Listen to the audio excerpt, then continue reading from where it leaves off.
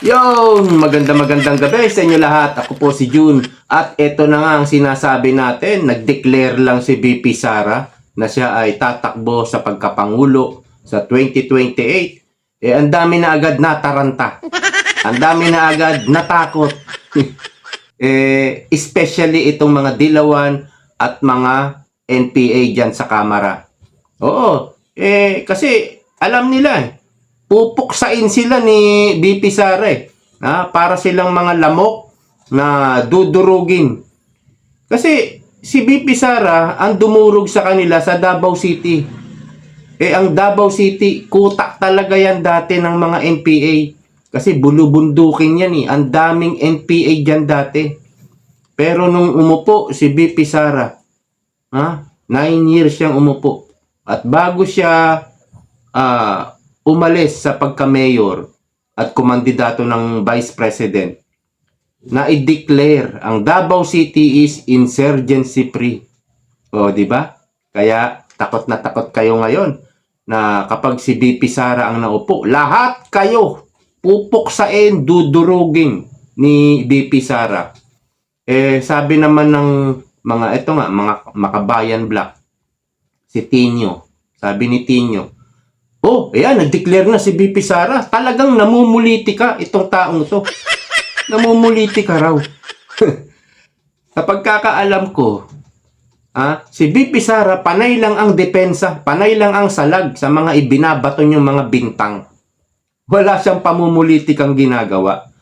Kayo ang namumulitika.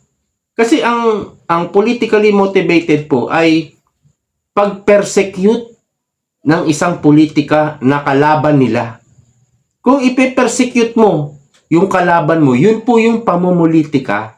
Kagaya na lang ng si Bato, si Bongo, no? Ngayon may warrant of arrest daw. Nakipagsabuatan sila sa ICC. Pero nung una pa, si dating Pangulong Rodrigo Duterte. Yan po ay pamumulitika ang ginawa diyan. Nasa dahig na, nakakulong na. Yung sinasabi ni Tinio na pamumulitika, kayo ang namumulitika. Dahil, sabi ko nga, ang pamumulitika pagpe-persecute sa mga kalaban yung politika o politiko. Katulad na lang ng impeachment na ginagawa nyo. Di ba? Maliwanag yan. At maraming nagsabi na ang impeachment sa Pilipinas ay political process. Hindi naman talaga nagbabase sa ebidensya. Nagbabase yan kung magkano ang bigay. 150 million, sige, pipirma ako. Hindi naman naitago. Kahit anong pigil, talagang lumalabas yung mga katotohanan na nagkabayaran talaga.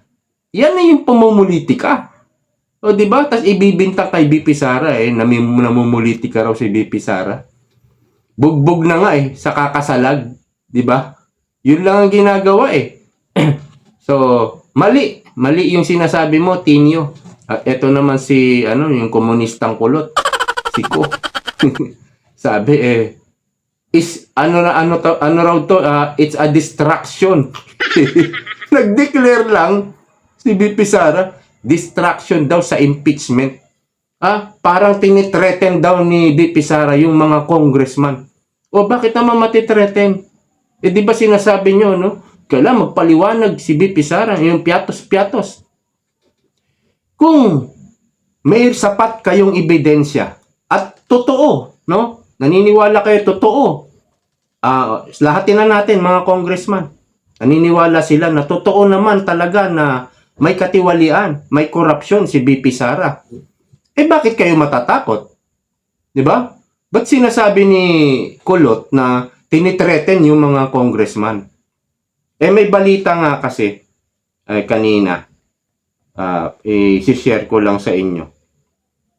Eto. The impeachment complaints which are based on the same grounds.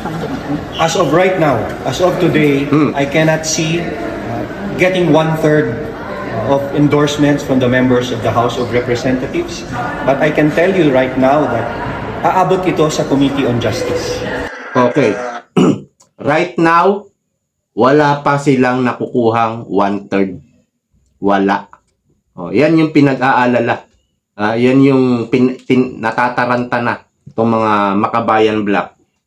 Wala pa silang makuhang 1/3 na makukonbinsi nila na i-impeach si VP Sara dyan sa House of Representatives. Nagsalita rin si Risa Hontiveros. Okay naman daw. Wala namang problema yun kung mag-declare. Totoo naman. Kaya lang, parang nakikita ko kay Risa Hontiveros na parang nainggit siya.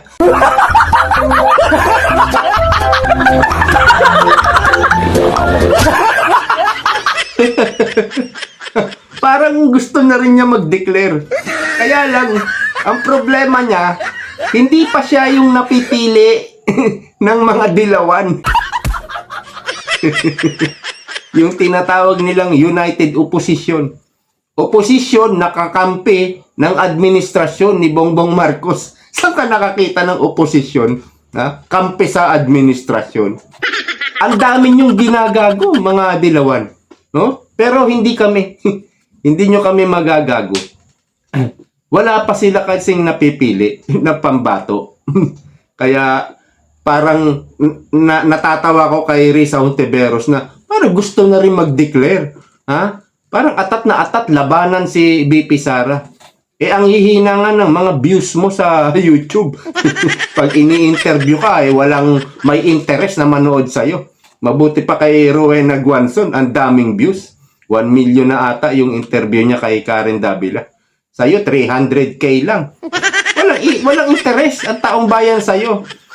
Ito yung pinipredict ng iba. It's Lenny pa rin. Maaring makipag-collaborate si Bongbong Marcos kay Lenny Robredo. Yun pa rin ang nakikita na nagpipredict na wala naman talagang iba na pambato ang dilawan kundi si Lenny.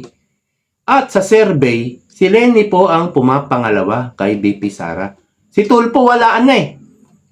Kasi nalaman natin na magnanakaw din pala si Tulfo. Si Rapi Tulfo. Lahat sila. Lahat ng mga Tulfo na yan. Wala. Sira na agad si Tulfo. Kumbaga, sa karera ng kabayo, paatras yung takbo niya. Paatras, hindi pa abante. At itong mga Makabayan Black, mga MPA dyan sa Kamara, ayan yung pumalit kila kila Raul Manuel, Brosas, Franz Castro, yan tatlong yan si Tino, si Ko, si Kulot, at saka si Ilago. Bistado na yung yung kanilang strategy, yung kanilang mga pagpapanggap na ginagawa. Tignan nyo to. Yung ginamit nilang propaganda, paninira sa mga Marcos, yung martial law. O di ba? Lagi nilang sinasabi, biktima ng martial law. Ngayon naman, kay Duterte naman, anong ginagamit nila? Biktima ng war on drugs. Biktima daw ng war on drugs. Pero yung mga kinuha nila, yung pala, biktima pala sa prat, hindi pala sa war on drugs.